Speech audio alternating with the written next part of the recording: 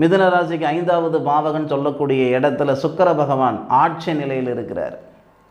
சுக்கிர பகவான் யாருடைய சாரம் வாங்குறாருன்னா ராகுடைய சாரம் வாங்குறாரு. ராகுக்கும் குரு தான் நட்சத்திரம் கொடுத்துருக்கிறாரு. இதனால் மிதுன ராசியில் பிறந்தவங்களுக்கு அண்ணன் தம்பிகளுக்குள்ளே இருக்கக்கூடிய கருத்து வேறுபாடுகள் சரியாகிறது எப்படியோ அதே மாதிரி கணவன் மனைவிக்குள்ளார நிம்மதி சந்தோஷத்தை ஏற்படுத்தும். கல்யாண காரகன் சொல்லக்கூடிய கிரகம் செவ்வாவுடைய வீடு லாபஸ்தானத்தை பார்க்கிறாரு.